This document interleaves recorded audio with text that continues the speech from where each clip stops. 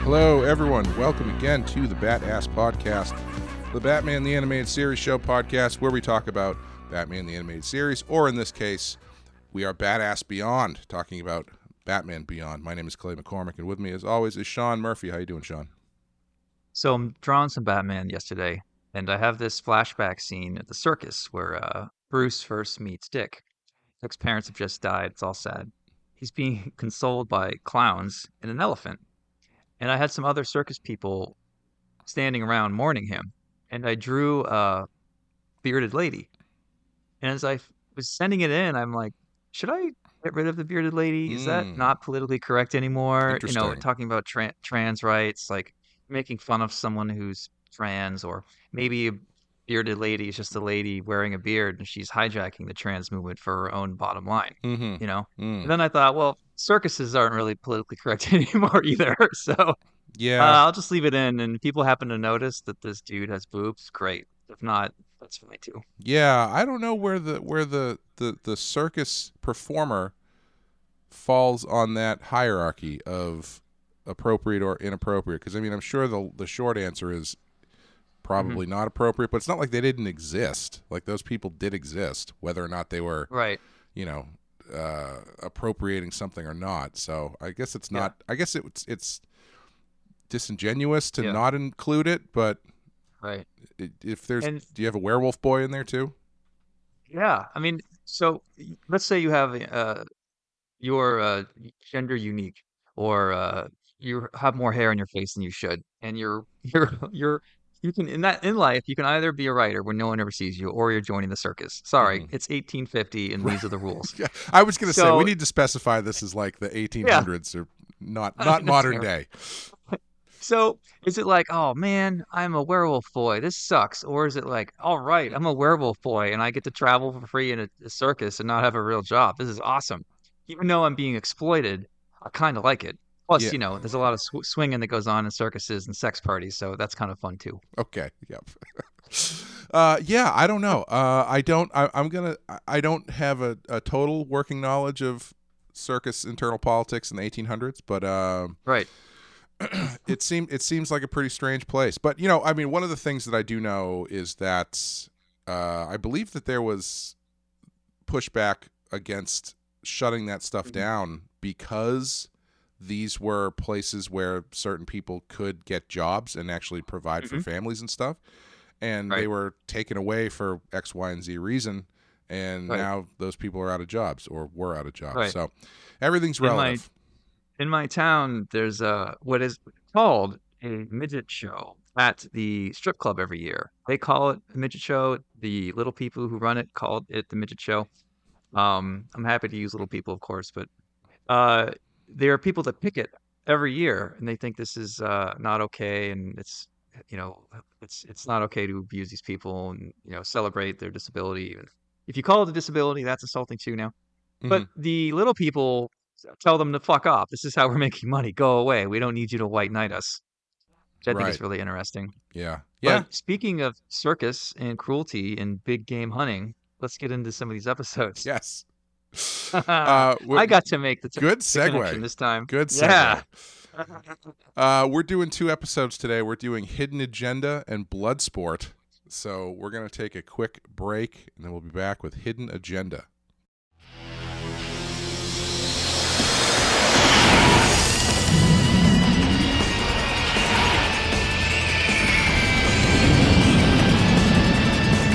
May I see your passes, please, kids? Look who's playing Hall Monitor.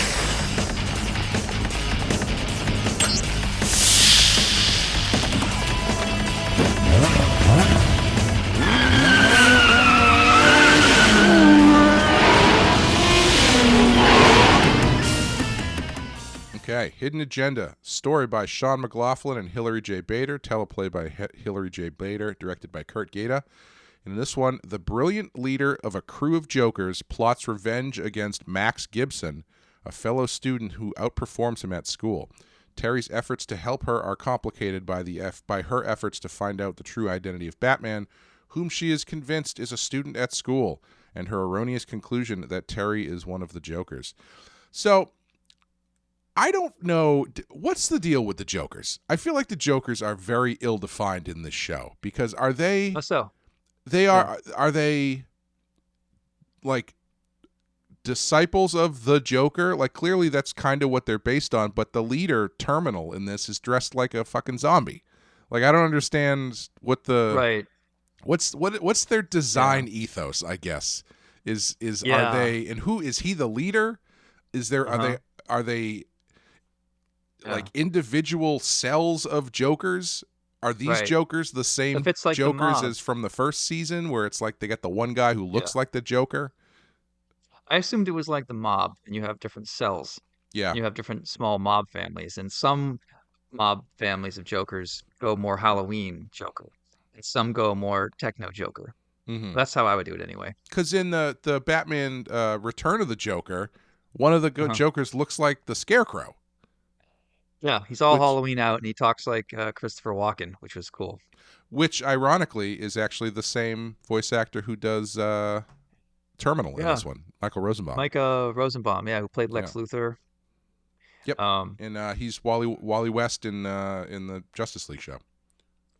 Actually, I was at San Diego once when I was like 21 or 22, and I was nobody. I barely got published, and I was hanging out at some table, and we had booth names. Back then, you hire hot blondes, whatever, to hand out pamphlets. So I had nothing to do. I wasn't signing anything, and I'm hanging out with these two blonde girls who they were nice, and they liked me. I liked them. Nothing weird. And we're just handing out flyers. I'm like, oh, I might as well help these ladies. And it was fun watching them walk the show floor and how guys were just so transparent talking to them. And who walks up but Lex Luthor from Smallville? And he's got like a crew with him, or at least like one or two big bodyguards. And he probably just finished a signing or whatever, and I could tell that the girls had no idea who he was, and he was sure that they knew exactly who he was. And I really liked Smallville when I first started watching it, and I thought he was a great actor. And after watching him in that 5 minutes, I thought he was kind of a dick, and I don't know if it's because he's actually a dick or because he was mooching in on my territory. Yeah, I'm not sure. I mean, I don't know the guy, but I've listened. A podcast called Inside of You. So it's like an overt sex joke podcast. And that seems to fit with the dude I saw knocking on my ladies back in San Diego. That's what I was going to say. Is it feels in line with what I have. Interesting show though. I like the guests that he has on. I've listened to it a couple times, but sometimes I feel like he doesn't let people finish their answers. Oh yeah. And he'll just kind of like throw more questions at them. And I hate sometimes they are more in line with that sort of thing where it's like, so which one of them did you sleep with? You know, like that, like it's like baby Howard Stern questions sometimes. But he's had some pretty interesting people on there. Elvira was on, and Robert Englund and Bruce Campbell, and really interesting episode with Stephen Amell, who plays Arrow. Because he has a panic attack in the middle of it, and he has to. Yeah, it's really interesting. It's right after Arrow ended, and he comes on the show, and Rosenbaum can kind of tell. Sorry, is it filmed or is it just sound? No, it's just sound. Actually, I don't think it's filmed. He does film the show, but I don't know if that episode was filmed. Yeah, and Rosenbaum can kind of tell there's something off with him. And he's just sort of like venting about stuff, and then he gets up and he's like, "I'm sorry, I have to leave." And the episode kind of pauses and comes back, and he had come back a couple months later to finish the show, and he talks about the whole experience, and he basically says, "Yeah, I just had a panic attack in the middle of the show and just kind of had a nervous breakdown from all of the weight of everything I had been dealing with." And it's he's like, "I wanted to come back and talk about it because, you know, this happens to a lot of people, and I want to blah, blah, blah." And it was a really interesting listen. I would recommend it. Yeah. It's funny, when I have them, I'm always happy when I know someone around me also has them. So I don't have to explain it. I can just have someone walk with me or not judge me or whatever, you know? Yeah. It's always nice. When I go out, I'm like, all right, who's my possible panic attack buddy. Who here out of these 10 people is likely to understand that I'm a maniac and I'm going to lose my shit at some point? That guy, for sure. And hopefully he's not too drunk and he's nice enough to know that it's okay if I hold his hand for a while. In a not gay way. Of course, because why would you ever do it the other way? Actually, wait, full disclosure. I had one hanging out with you once. You and I were recording a podcast in Boston, and we went out, and this is before I knew that one of my triggers was alcohol and some other stuff. And it was raining, and it was like 11, and I just started having one, and I'm just like, I have to go for a walk. Would you walk with me? And you were like, okay. You didn't give me much shit. I think you knew at that time that I had these things. I don't know if you'd seen one or whatever. And you walked with me in the pouring rain in Somerville and got wet. That sounded wrong. You got wet with me. Yes. And I really appreciate that, man. So thank you. Oh, no problem. No, I know how intense and weird that stuff can be, and I have my own issues that I deal with, and so I know it can be very scary when that stuff happens. Yeah. Hopefully I can be there for you one day, and if it requires getting wet, I'm okay with that. Soaking. Innuendo intended, my friend. Intended, always. So what did you think of this episode overall? I'm so glad Max is here. I thought it was way better than the other episodes so far. She adds a subplot to it, which is nice. I love the character. I think she's hot as fuck, by the way. And I started thinking, why the hell isn't Terry dating her? Because his girlfriend Dana is kind of boring. Max is way cooler. She's smarter. She's got her own interests. She doesn't just give Terry shit all the time for being late or working with Mr. Wayne. I like Max way better than if I was Terry, I would date Max and not the other one. Yeah, I was thinking that. I wonder if they're going to go that way with them because obviously you can do the thing where he and Max are spending more time together and Dana doesn't know why, and they do have that thing in common. I liked this one more from a substantial level than a lot of the other ones because the few that we talked about before this, my the thing that wasn't really clicking with me was that they weren't very story driven, and they were just kind of like 20 minutes of action with a couple scenes where people talk to each other briefly. Yeah. And this one is a lot more character stuff and actually Batman story centric and Terry story centric, and I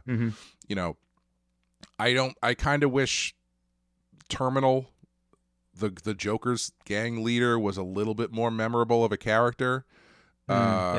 But as far as the actual story they're telling, I thought it was pretty fun. Like it feels more like this is what the concept of high school Batman is something closer to this. I am tired of jock bullies. I feel like animation always you and every nerd in the world. That's fair. I'm glad that Stranger Things has 80s metal bully guy, and who's also a jock, weirdly. But I feel like a lot of the nerds who made it through that time in their life, who got into entertainment, are perpetually getting revenge on anyone wearing a letter by making them the bully. And we already had a few jock bullies in this show already. And I feel like, why couldn't this guy have been like a D&D guy, or because he has long hair when he puts on the makeup, and while I think it's cool how the hair melts away when he's in the water, I didn't think of him as a straight edge type of guy. I thought he could be just anything other than a lettered bully. Yeah, I think it works in this case because it is such a contrast to see the guy dressed up like the weird zombie is actually a clean cut athlete, high school athlete guy. Yeah. And I have my own issues with the Stranger Things thing, and I may have said this before, but as much as I love the character of Eddie from the most recent season, everybody, that being everybody's new favorite character, has rubbed me the wrong way a little bit, because every time I see, like, oh my God, I love Eddie, he's so great, he's just like me. In my head, I'm like, you made fun of this kid in high school. That you were not friends with this person. You were all part of the people who made this kid's life a living hell. So don't tell me that the D&D metal nerd is your favorite character and he's just like you. No, go fuck yourself. Yeah. I like that actor's amazing, by the way. Yeah, he's great. He's really good. To make any kind of impact, season 4 of a show filled with beloved child actors is hard. Oh, and he totally. broke right through, which is great. Yeah. I always had a soft spot for 80s nerds, even 80s metal guys, 80s metal bullies. When I was in Catholic school, I used to get bullied, and one of the kids older than me, who somehow he was allowed to have long hair and wear disheveled Catholic uniform. He would always step in and defend me and beat up my bully for me. I don't know why he decided to white knight me, but I've always had a soft spot for 80s metal guy because I saw them as heroic. Even though society judged them poorly with their long hair and their Christ-like abs, hanging out with a cut-off T-shirt near some Pac-Man machine at a pizzeria. I always loved those guys. Yeah, no, they're great. That guy. you know what I'm talking about. No, absolutely. Yeah. Yeah. So I feel like, I love Eddie a lot, but I've never made fun of that guy. I always thought he was a hero. Yeah, and I'm not saying that not everybody made fun of that guy, but I do think that is a character type where traditionally, when you are in school, that person is not exactly the everybody's best friend. Right. He reminded me of the 1980s Blob. The character that saved the day was that really ugly Ethan Hawke looking kid who was actually the brother of what's his name? Kevin Dillon. Thank you. That really ugly Ethan Hawke looking kid. Ethan Hawke is not ugly, but we just lost the listenership of the Dillon household, and possibly the Hawke household. Too bad. Yeah, man, if he was just a little bit more attractive. I love that movie, but he's just one click too ugly for me to get behind. If he could have nudged it a little bit more towards his brother, I would have been down with it.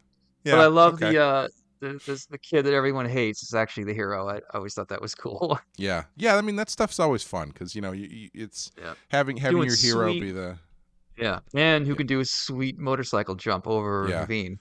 I just watched that movie for the first time, like maybe last year. Great movie. I don't know why that doesn't get talked about more.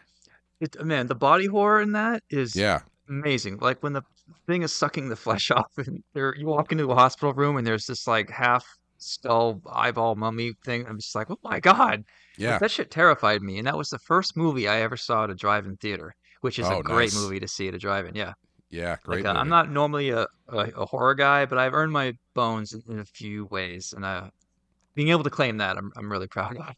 Yeah, that's a good one. Yeah. And I liked Evil Dead 3 before it was cool. Oh, really? But that's about it, though, as you know. But yeah, anyway. One of the things I do like about this is I do like the subplot that it gives Max. Because, again, this episode, it just feels like it's a little bit denser. I mean, it's not, War and Peace or anything, but it's just denser than some of the last couple we've watched because there is the Terry plot, there is the Joker's plot, and there is the Max plot, and they're all kind of going at the same time, and they're all kind of intertwined and stuff. And it just feels more satisfying of a watch narratively than I think some of the other ones have. Yeah. Sorry, I keep thinking ugly Ethan Hawke. Sorry. I'm gonna find a way to slide that into podcasts from now on and try not to lose my shit. Yeah. I noticed that Kevin Conroy wasn't in this episode at all, which was interesting. No Bruce at all in this episode. Yeah. So far, season 2 has been a cakewalk for Conroy because he had like one line in the last episode, I think. Yeah. And then it's interesting. Do you find it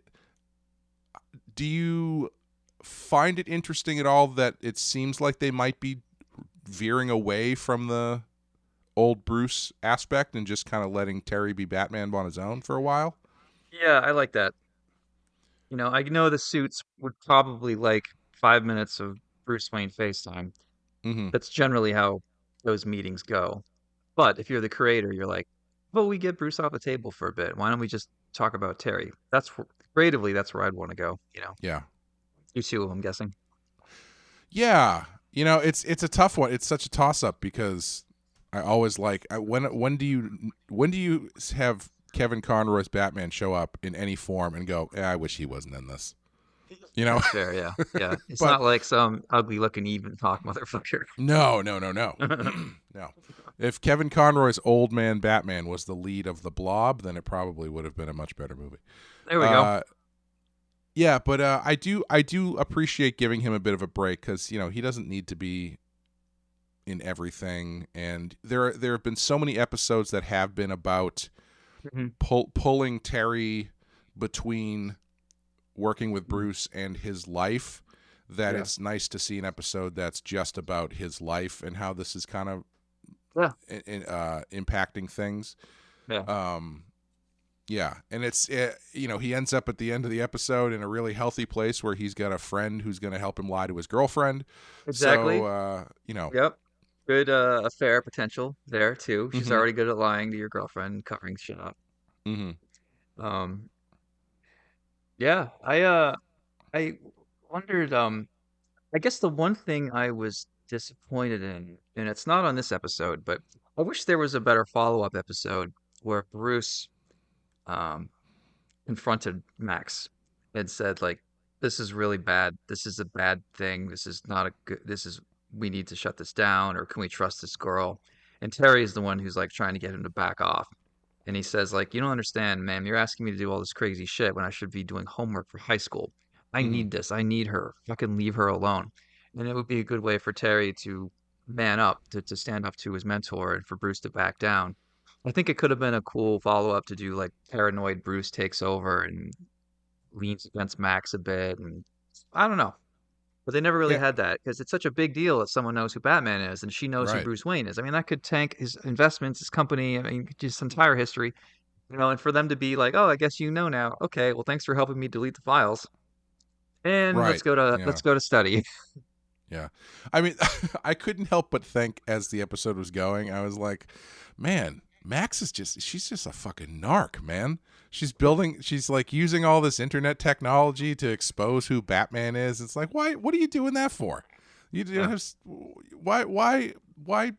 He's helping people. Why do you need to bring down the Batman? He's not doing anything bad to you. Usually the people who do that, these characters have like some underlying thing where it's like, well, he's actually a menace, blah, blah, blah. But she's just doing it because she wants to do it just for fun. Right. Yeah. Yeah, man. It's funny. I think that I don't think this show is on the same level as the animated series. I said that before. But I can see why fans love it. I think it's just in the bones of the show. I think having a future Bruce is old, Terry's young, and this kid is struggling with school, parents, and the missing, dad who's gone, annoying little brothers. I think it humanizes Batman in a way that no one's ever seen before. And I think for any like 12 to 16-year-old who was the right age watching this, I think this just speaks directly to you. I don't think it matters if some of the episodes aren't great. I just think the bones here are so solid. That's why people love this show. I think a lot of people who love it love the concept more than some of the execution, if they were honest with themselves. But it's still really good. But yeah, I think that's one of the things I was thinking when I was watching this episode. Yeah, I would agree. I think it's probably definitely more concept. I mean, because it's as we've talked about previously, it's Spider-Man, right? That's essentially what it is, right? And Spider-Man, Spider-Man lands with people for the same reason, and that's fair. they figured out a way to make that work, and there's just enough relatable stuff in this to a younger person that is more relatable than some of the stuff that they dealt with in the original show. That I can also see why this is beloved by so many people of a certain age. Totally. Yeah. Like I feel bad harping on it. Getting into the rating, I thought, man, is this a 4 or 5? And I thought if this was TAS, this would be a week 4. But this might be a week 5 for Beyond. But for my, not to skip to the end, but I think I was leaning towards a 4 on this one. But it's because the competition is so light. Yeah, I would agree. I think it's probably a week 4. What would you want to draw from this, if anything? There was a chase scene with 2 motorcycles and the Batmobile. I just did the scene in Beyond where I have Terry fighting Bruce in the Batmobile. Powers hijacked the suit, so Terry's stuck inside of it, forced to fight Batman, and he's just like, "Oh my God, Mr. Wayne, I'm so sorry," as he's beating the shit out of Mr. Wayne. So I just did the scene that I just sent off yesterday. I'm like, "Oh man, I love drawing chase scenes." So when I saw that, I was like, "I love this. I love drawing motorcycles." Then I thought, you have hover cars everywhere. Why don't you have speeder bikes? Why have tires and wheels and stuff? And Mm-hmm. these same exact bikes were used in previous episodes. Like there's a concept art of this bike that floated around because it's not like they came up with new bikes for different characters. They're using the same one, and I just think that's interesting. They were just like, what's that bike design from episode 3? Yeah, just give me that. I'm gonna draw that bike again. Oh, Whatever. 100%. No, they're not designing new bikes for this Yeah. shit. Yeah, no, they look good. But I thought, how cool would it be if that chase was like a speeder chase in the sky or something like that? Yeah, that would be pretty rad. Yeah, What about you? What do you want to draw? I don't know. I had a tough. Nothing really stood out to me in this one. Weirdly enough, I think this might be my first pass for things to draw because I don't know. I just can't. Yeah. Maybe Batman fighting off the army of chattering teeth at the beginning would be kind of fun. Yeah. What about the elevator thing that wasn't even connected to a building? Yeah, I don't know what the hell that thing. Where are they going? Yeah, is there something at the top, or is it's just a suicide elevator? Yeah, I don't know. Maybe you go up there and you take like a slide down to the building across the way. You know, one of the Jokers looked like a drawing of yours. She had this like plastic-looking crazy smile on her face. It reminded me of what you did in Poser. Oh, sure, yeah. I could see you doing a good commission of that. Yeah, that would be fun. She'd be fun to draw. Yeah. It's funny. Well, never mind. I won't talk about that. That's a spoiler for much later. But yeah, what did you think of the? Did you like the Alfred joke at the end of the episode? Oh yeah, that was good. That was fun. Yeah, I was happy that Max reacted the way that she did because when he said Alfred, I was like, "That's not a joke she's gonna understand." And then she was like, "What?" Yeah. If this was rated PG, I think I would have had her go, "What the hell is Alfred?" Yeah. But man, it was good. I'm glad Max is around. I think that she adds a dynamic aspect to the rest of the series that is sorely needed. Otherwise, the show is just a fight scene of the week, honestly. Right. With Max there's this other subplot that's always percolating in the background, which you know what's interesting is I wonder if maybe they. No, maybe not. I was gonna say, do you think they screwed up by not making Max Terry's girlfriend? But I think it actually works probably better that she's not because poor suffering Dana has to be the one that he lies to while Max can help him out behind the scenes, and I don't know if that would have worked quite as well. The only reason I was thinking about streamlining it was because then you have this thing where Terry's girlfriend is very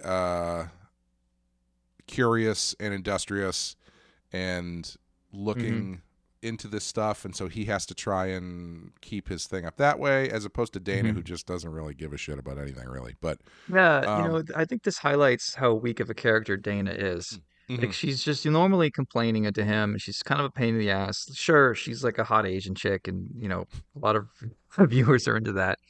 Or had a girl in high school that was like that. But Terry is 17. I dated vapid girls when I was 17, and I thought I was in love, and I wasn't. So maybe it fits. I don't know, but it'd be nice if he eventually learned that Dana is just a waste of breath, and I don't know, get into someone better, trade up somehow. Hey, maybe Max. Maybe you're shortchanging Dana just because we haven't spent that much time with her. Maybe she's actually got her head, she's got her feet on the ground. She's actually looking towards the future, and it's Terry who needs to get his shit together. Maybe, yeah. I think right now though, she is dating up. Yeah, as you would put it. But I'd love if there was an episode that built Dana better, redesigned her, bolstered her in some way. I know there's one where Batman, it's a fan favorite episode where he has to look after an egg to see if you're good at being a dad or not, and I know she's part of that. The one plot line that they do in every single thing that's ever taken place in a high school. I think they did it on Saved by the Bell. They did it on Buffy the Vampire Slayer. Every show that has kids in high school eventually has that one episode where they have to take care of the egg for class. Right. Or the home ec class, or a bag of sugar, bag of flour, or the dude who signs up for home ec because he wants to get laid, and all the other dudes had the same idea. Mm-hmm. You got to do that. It's part of being an 80s, 90s sitcom. Yes. I think that's going to do it for Hidden Agenda. We're going to take a quick break, and we'll be back with Bloodsport. You want to fight, Dreg? Let's go. Cool.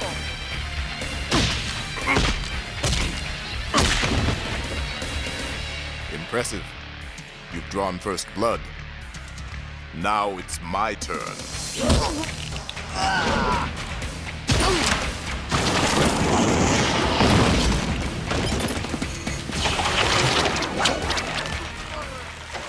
Okay, Bloodsport, written by Rich Fogel, directed by Dan Reba. And in this one, the Stalker, a cybernetically enhanced big game hunter, comes to Neo Gotham seeking what he believes is the only prey left on Earth worthy of his skills, Batman. I'm going to say, right off the bat here, very little Kumite in this Bloodsport episode. I think this is a mix. Go, you finish your point. Go ahead. No, I was just going to say I was expecting a lot more Bloodsporting in this, I guess. I thought Bloodsport might have been the name of the character when he showed up, because before he got into his gear, because he is similar. Before he dressed up like Dalsim from Street Fighter. Yeah. So I guess what is the worst? Is this character design better or worse than the Aztec assassins from that Mad Hatter episode? Oh, so I was going to say that this episode feels like a mix of three. It feels like Worrymen, which is what you're talking about. You got a shaman running around trying to hurt Batman. It feels like Bane, because this guy is a hunter who wants to challenge Batman. And it feels a little bit like Tiger, where you have this like African East hunter type jungle aspect to it here and there. I might be getting that last one wrong. But yeah, this shouldn't. I started Googling while I'm watching it. Like, this guy, I feel like I've seen him before in season 1 in some way. And I mean, he's really well animated. I mean, the amount of cuts and the amount of color swatches they have on him, he must have been a pain in the ass to animate. Yeah. And I don't mind the idea of a PTSD hunter who's been surgically altered against his will, and he's like, oh, that's fine, that can work. But I feel like this episode was also trying to do a brother story, and neither of them really landed. Yeah, the brother stuff with Terry and Matt is his brother's name, I think. Yeah, that stuff didn't really click. I apparently Bloodsport, the Stalker, figures out that he's Batman like very quickly by putting dust on him or something. Yeah, something like that. Yeah. Which is a huge problem that, again, they don't address. 2 episodes in a row where people figure out who Batman is, and it's not a big deal. Yeah. Well, you know, what's interesting, we mentioned the Spider-Man thing in the last episode. This is following that trend where this character is basically is just Kraven the Hunter, essentially. Right. Yeah. And it's fine, I guess. I think ironically, my favorite part of the episode is the flashback to his origin, because I think the animation in that is fantastic. That's what I would draw to. The red. Yeah, usually vignettes. I don't care for that stuff, but in this episode I was like, yeah, you got to do something, I guess. And it looks really cool. Yeah. So I'll take it. It was hilarious to me that they have this jungle battle on top of like a skyscraper somewhere. Oh, it was a park with a big rolly ball in the fountain, right?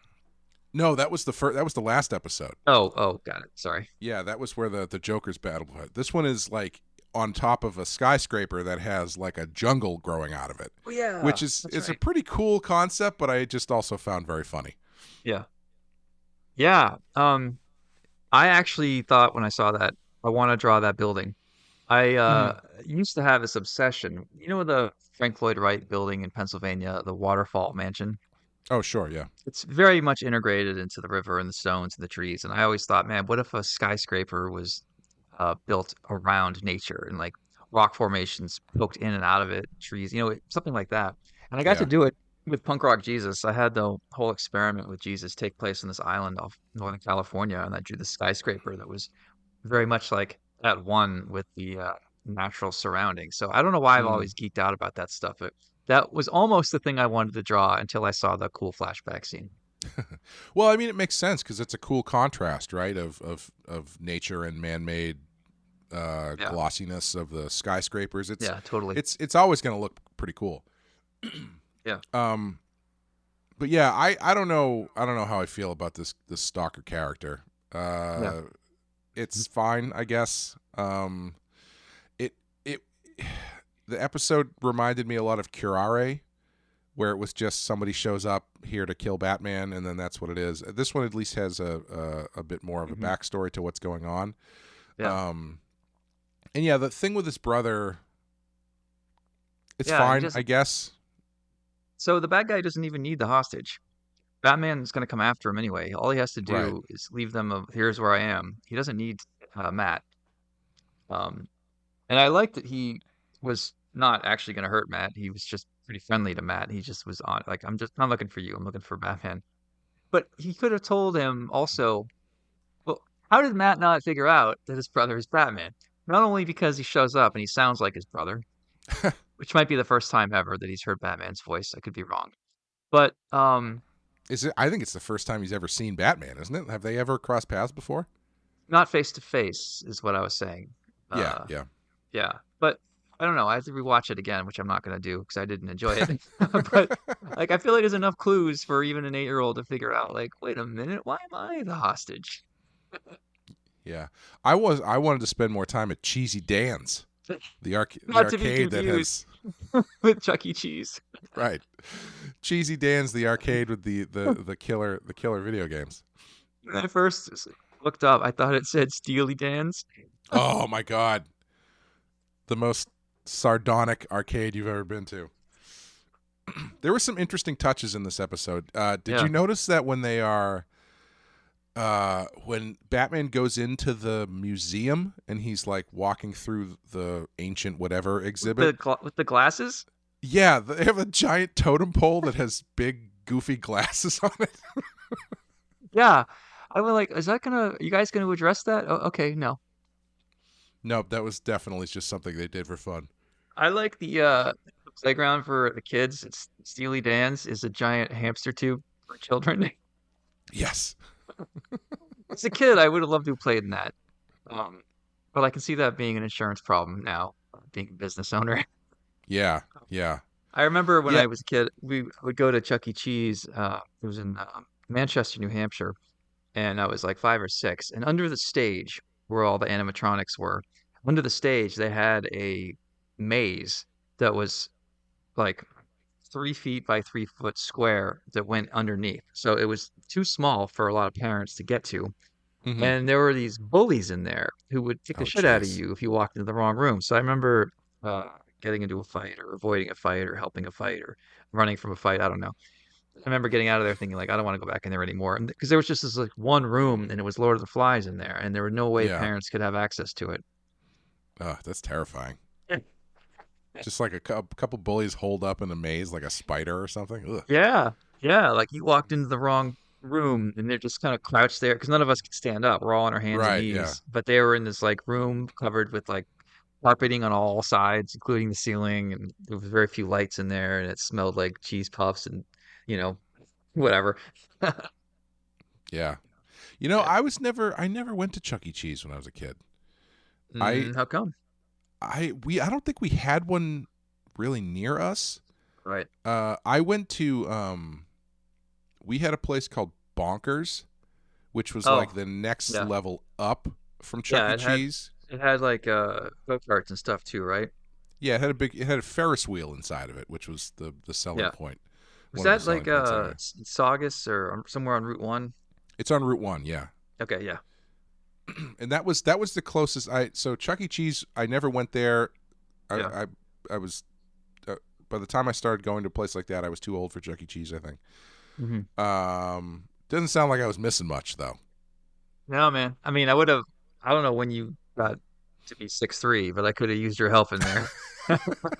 I would have loved to help you. I don't know if I could have fit in there is the problem. When did you have a growth spurt? I honestly don't know. I feel like I've just always been the tallest person in the room. I couldn't tell you. Not when you're with Omos. That's true. WWE Or my superstar new Omos. assistant, Dave, who I purposefully hired because he would put you in your place. That's not true. Dave is part of a Bat Force Radio, and he happens to be 6'3". No, he's like 6'7" or 6'5". something. 6'7". Okay. Yeah, he's a tall dude. And having him was helpful because he's super nice. He has very little footprint for someone his size. You really can't tell. He keeps his volume to himself. And then that wrestler Omos came by, and then it was just like, large, medium, small. Yeah. And then 7'3", I think. Yeah. Oh, the one other little strange detail, the Joker gang guy who steps out and he says "your money or a pie," which I thought was hilarious.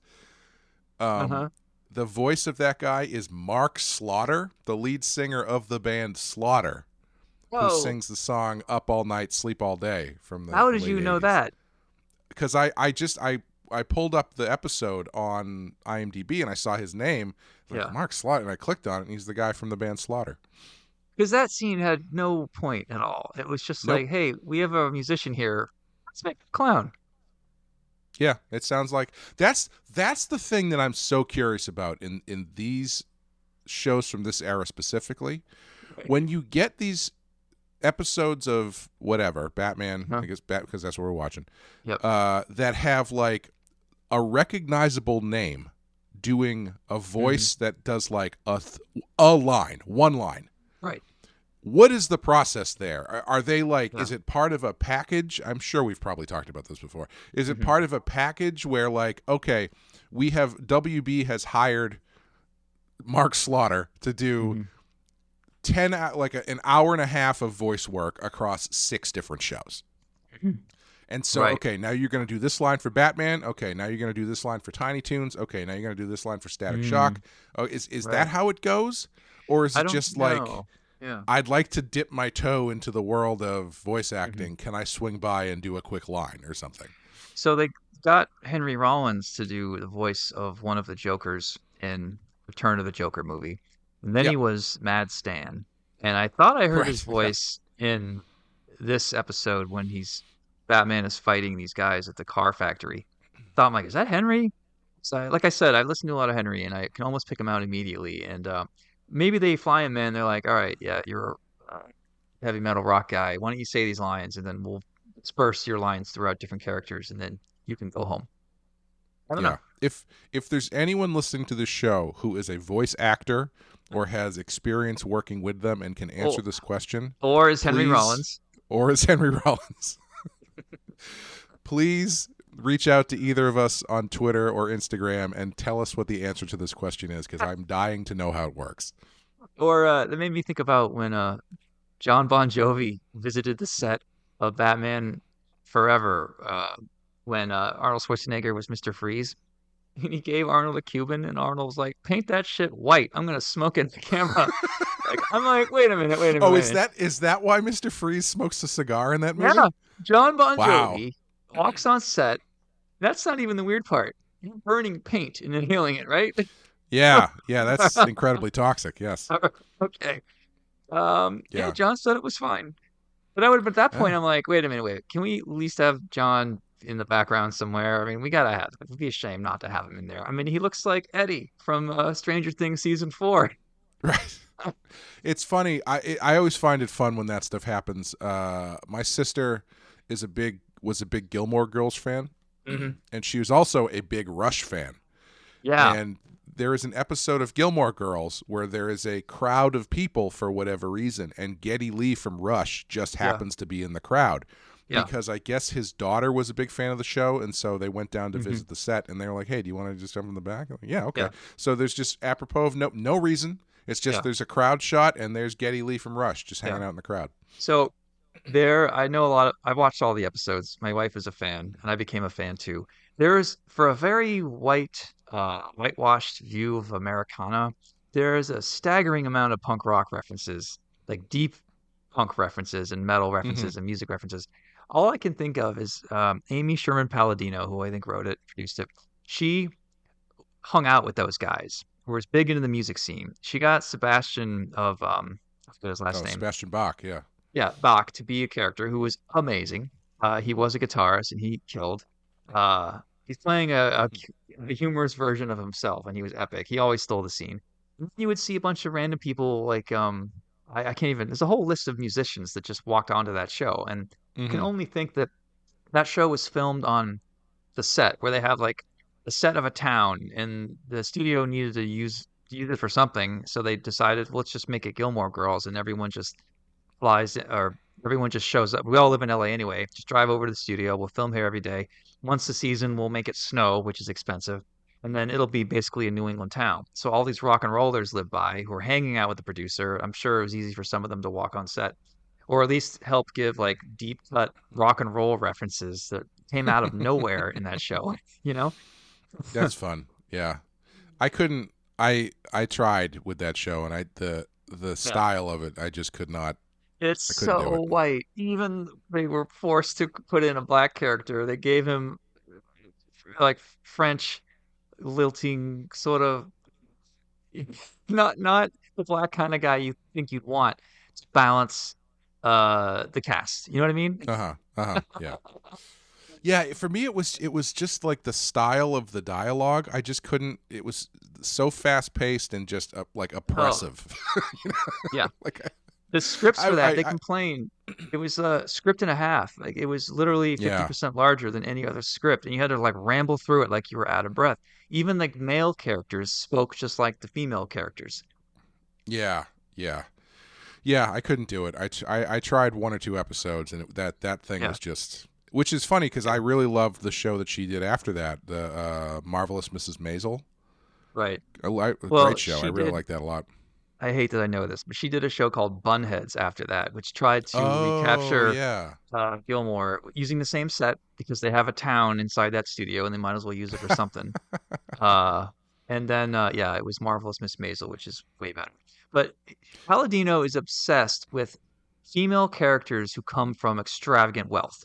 Every single time, like Mm, she's yeah. romanticizing, well, every one of her friends is wealthy. Even Miss Mabel, like it's getting. I felt it a little annoying. It's just like, what is your obsession with rich people and celebrating rich people? And the fact that everyone in your cast is white. And now listen, I'm not the most politically correct guy. Like I try to be woke, but oftentimes I struggle. And I'm saying this, like Jesus Christ, the show is white.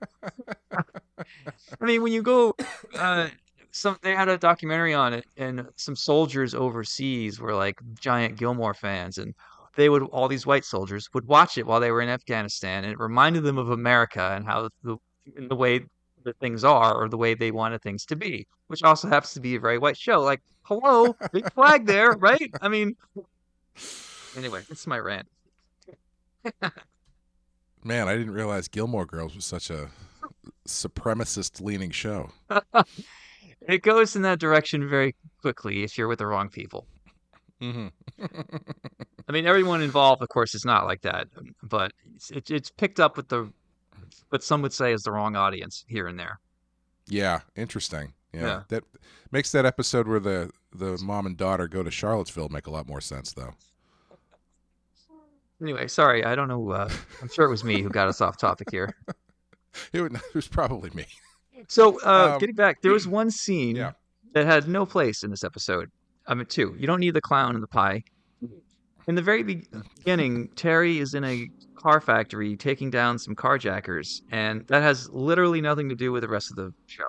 Well, Or that was the thing I wanted to draw. Actually, was the guy with the laser chainsaw hand. no, I think That that was was. Henry Rollins. Go Oh, ahead. really? Okay. But Maybe. yeah, that was a cool futuristic kind of like looking guy. I was like, that would be pretty fun to draw, a dude with like a Yeah. laser chainsaw hand. Yeah. I That mean, was it was cool. just what's the word? I think it was just meant to be like another Mhm.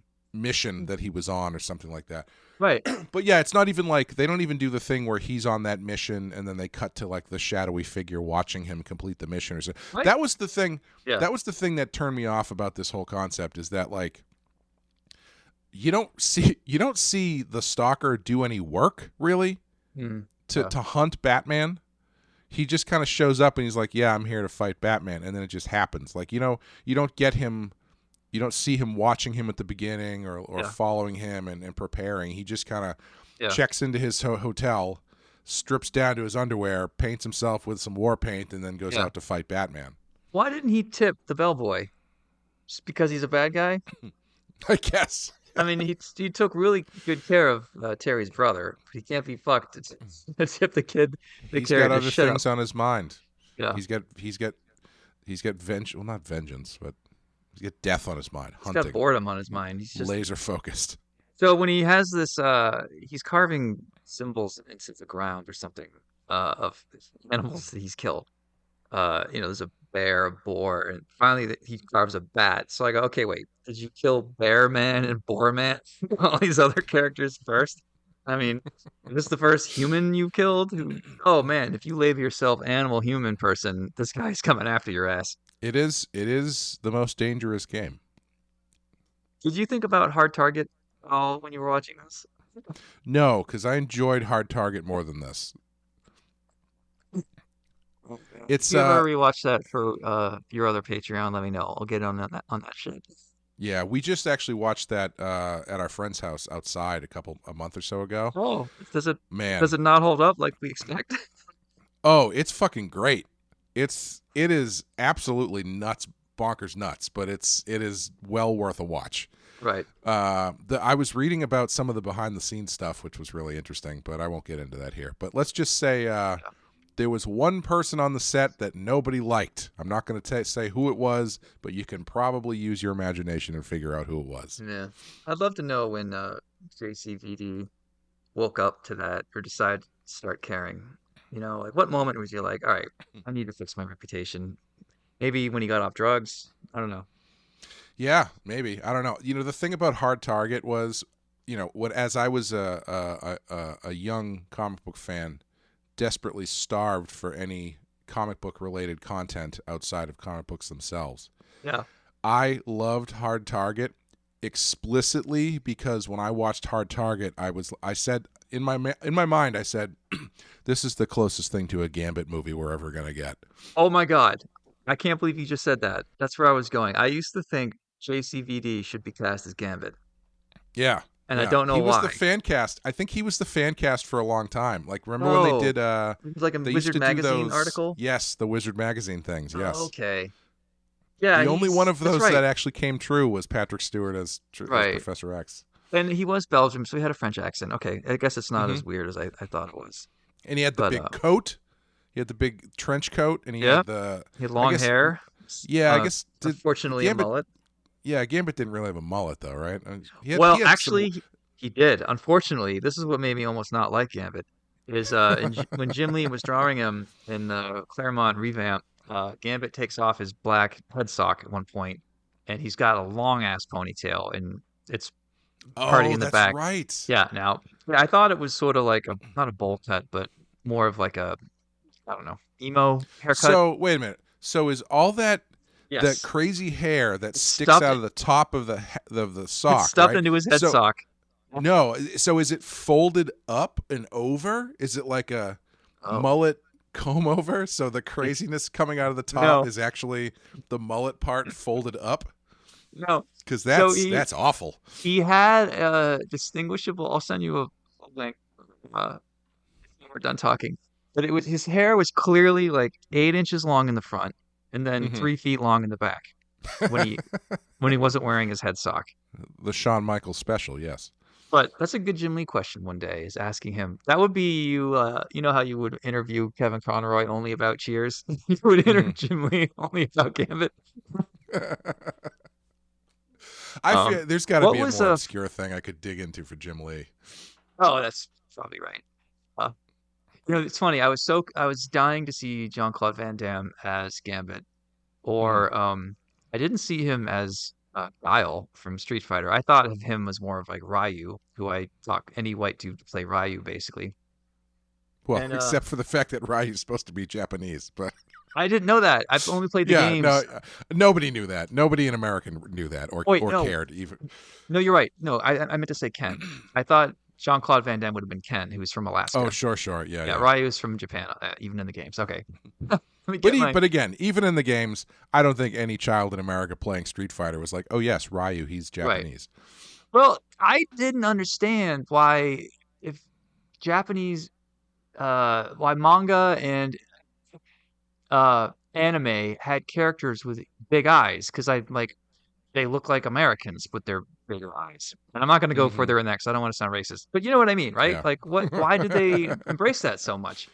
Speaking of racist, oh boy, is this episode? Is this character? It's not great, yeah. right? Yeah, jungle villain, black, Yeah, shaman.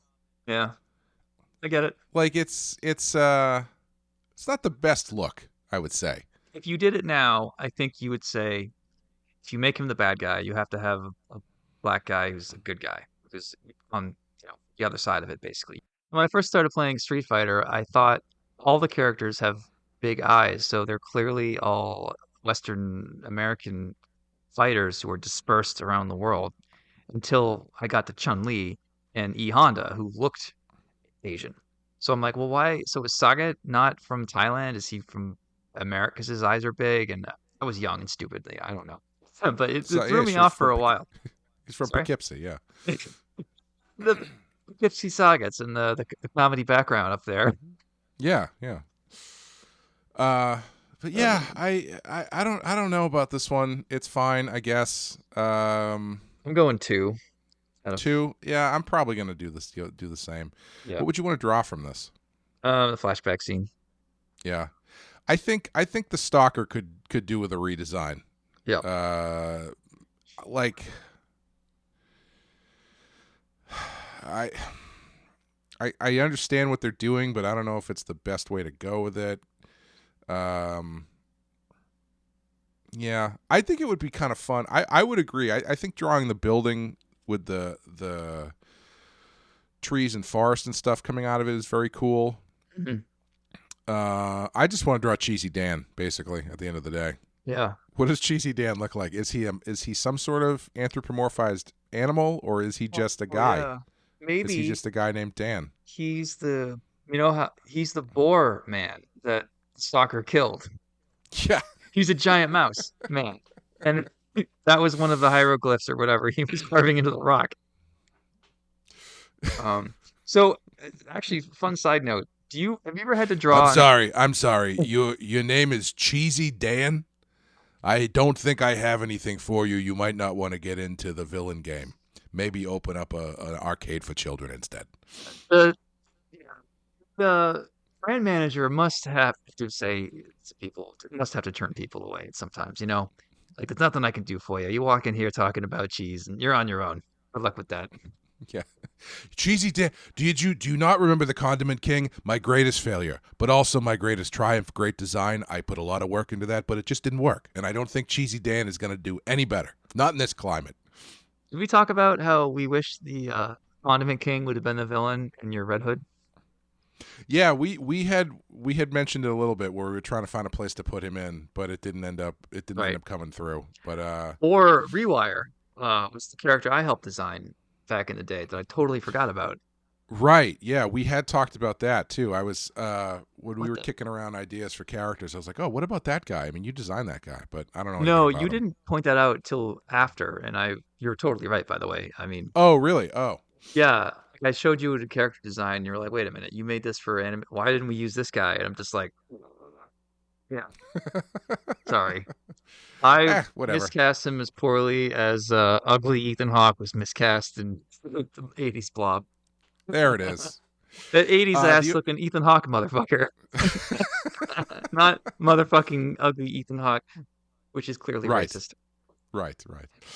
The only other thing of note, I think, with this one is the voice of Stalker, Carl Lumley, goes on to be, much like Michael Rosenbaum, goes on to be the voice of Martian Manhunter on Justice League. Cool. Yeah, awesome. Didn't know that. Yeah, and he got to play the father of Martian Manhunter on the Supergirl show on the CW from a few years ago, which was cool. He's a good actor. He's always good when he shows up and stuff. Right. Yeah. But I think that's gonna do it for Hidden Agenda and Bloodsport. Mm-hmm. If you want to support our show, tell all your friends about it. Give us a rating review in iTunes. We have a Patreon where sometimes Sean and I will do Batman-related stuff at the patreon.com/thepensky file. And thank you guys for listeing. Next episode, we'll be back. Wait. Gambit's hair in the animated series is totally a fucking mullet. Wow. Just putting that out there. It's almost like Bishop. You know what I mean? Oh, interesting. But two little short... That's the mullet. Short bits at the front, right near the forehead. Mm-hmm. Yeah. Sorry, go ahead. I thought that was important. That's it for me. Next episode, we'll be back with Once Burned and Hooked Up. So thank you guys for listening, and we will see you then.